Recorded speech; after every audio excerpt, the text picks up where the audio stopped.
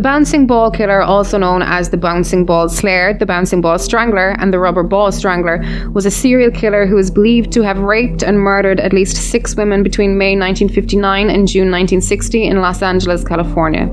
A majority of the victims were elderly and all but one was strangled to death. During the investigation, a multitude of suspects were detained, and although one purportedly confessed to the crimes, no one was ever convicted of the murders, and the identity of the killer remains a mystery. The first murder attributed to the suspected killer occurred on May 28, 1959, when 57-year-old Ruth Gwynn was attacked while on her way home from work. The attacker initially beat her relentlessly before dragging her into a parking lot and raping her. As witnesses tried to intervene, the man fled. Gwynn survived long enough to tell police what had happened, though it would take only a few hours until she died from her injuries. Gwynn had previously been attacked 7 years prior in 1952, near where she would later be killed in 1959, although minimal evidence suggested a link. On January 29, 1960, 73-year-old Amanda E. Rockefeller was murdered. Her body was found in an alleyway 2 blocks away from her home. On February 10, 1960, 60-year-old Ann Cotter was murdered while walking to church. 3 months later, on May 1st, 74-year-old Elmira Miller was murdered via strangulation in her home. Evidence found at the home showed that it was likely a sexually motivated attack. 12 days later, on May 13th, 60-year-old Bessie Elva Green was raped and murdered in her apartment, which had also been burglarized. On June 20th, 83-year-old Grace A. Moore was murdered in her home. 6 days later, on June 26th, 72-year-old Mercedes Lanigan was raped and strangled to death with a bedsheet in her home. She was found by her roommate, 62-year-old Adela Williams. Williams later told police that she had seen a man leaving the apartment as she entered. The man, who she described as approximately 6 feet tall and black, was bouncing a rubber ball as he left. She also described him as wearing Ivy League clothes. Mrs. Modi Hall, age 48, and her granddaughter Mary Foster, 10, were attacked in their apartment by a man with a blunt object on August 18, 1960. A neighbour, 45-year-old Floyd Harris, was awakened by the sounds of moaning and the distinct noise of a rubber ball making contact with the floor. He briefly pursued the intruder but evidently lost sight of him. Both Foster and Hall were hospitalised for critical injuries to the head and face but ended up surviving. The attacker was believed to have been the then still-at-large Bouncing Ball Killer, and as such he was sought after, though police were unable to locate the suspect. On September 1st, 1960, 84-year-old Lena Bensison was badly beaten during a home invasion. She survived long enough for her to be taken to the hospital, where she supposedly gave a description of her attacker, which reportedly matched the description given of the Bouncing Ball Killer. On September 6th, Bensison died from her injuries while being treated at the Hollywood Presbyterian Medical Center. The murders were quickly grouped together, and based on Adela Williams' description, a composite sketch of the suspect was made and released by police artist Hector Garcia in June 1960. Newspapers and the media altogether nicknamed the killer the Rubber Ball Strangler and the more popular Bouncing Ball Killer. Other news outlets nicknamed the killer as the Bouncing Ball Slayer and the Bouncing Ball Strangler. By the end of June, over 100 tips had been submitted to local law enforcement from citizens who claimed to have the information in the case, but none led to any arrests.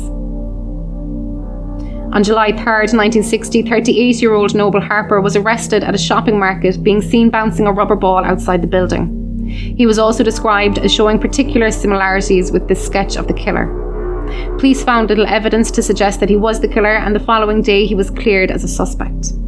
A bricklayer named Ray Williams was arrested on July 10th on suspicion of being the killer after police noted his similarities to the sketch of the killer. His shoe size was also consistent with the killer's.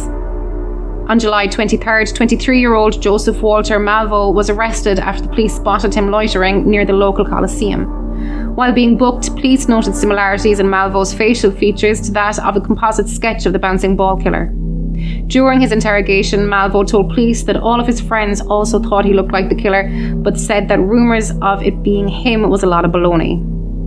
His shoe size was consistent with the killer's, but besides that, police struggled to find any other evidence linking him to the murders, and as such, Malvo was released from police custody. On July 12, 1960, police responded to a call of a woman screaming near the City College campus. When they arrived, police noted 35-year-old Raymond Ward Clemens getting into his car and stopped him for questioning. Nearby, police found the body of a woman who was identified as 19-year-old Nina T. Theron. Clemens was arrested and confessed to strangling Theron to death. He had a criminal record, and at the time of Theron's murder, Clemens was on parole after serving 2 years at San Quentin State Prison for a hit and run in 1956. According to his confession, Clemens stated that he had offered Theron a ride, and presumably she jokingly asked him if he was the bouncing ball killer. And in response, Clemens said, "Sure, I'm the bouncing ball killer. Look in the glove compartment. The ball is in there." Clemens went further and confessed to being the bouncing ball killer. In response to this, police ordered Clemens to take a polygraph, which concluded that he was not being truthful when he said he was the bouncing ball killer. Clemens was sentenced to life imprisonment for the murder of Theron, but he was never convicted of any of the other murders. On September 6, 1960, police arrested 28-year-old Henry Adolph Bush for the attempted murder of a co-worker in Los Angeles. Police found a knife and a pair of handcuffs in his possession. As he was being booked at the police station, Bush confessed to the murders of 2 women that month. 72-year-old Shirley Paynes on September 4th and 53-year-old Margaret Briggs on September 5th. He also confessed to the murder of Elmira Miller, who is believed to have been murdered by the bouncing ball killer.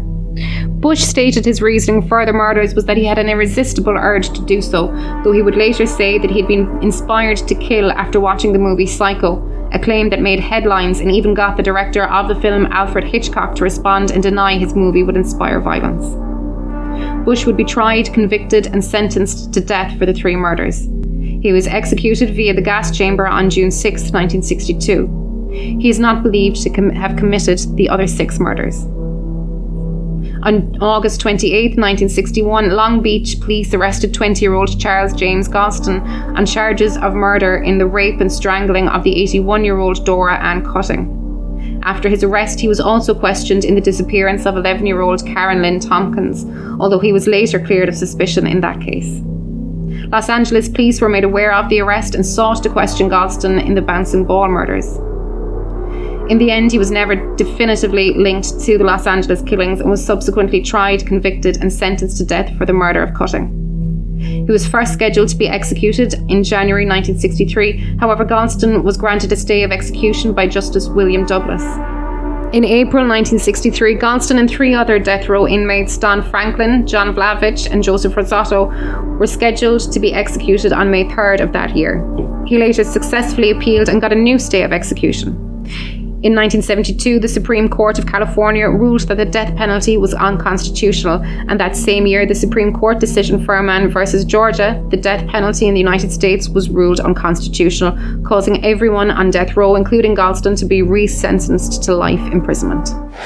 If you like that, then check out our Patreon, where for just $5 a month you get access to exclusive shows like Real Monsters and Playing with Bones with Amy Rose, along with early access to all our minisodes and ad-free access to the Weekend Update and It's Alive Alive! Not convinced yet? Well, head on over now and have 7 days on us. That's a 7-day free trial for all new members. That's It's Alive Alive Pod on Patreon. It's Alive Alive! All the guts and go with none of the guilt. See you on Wednesdays, unless you're on Patreon when you get us all week long.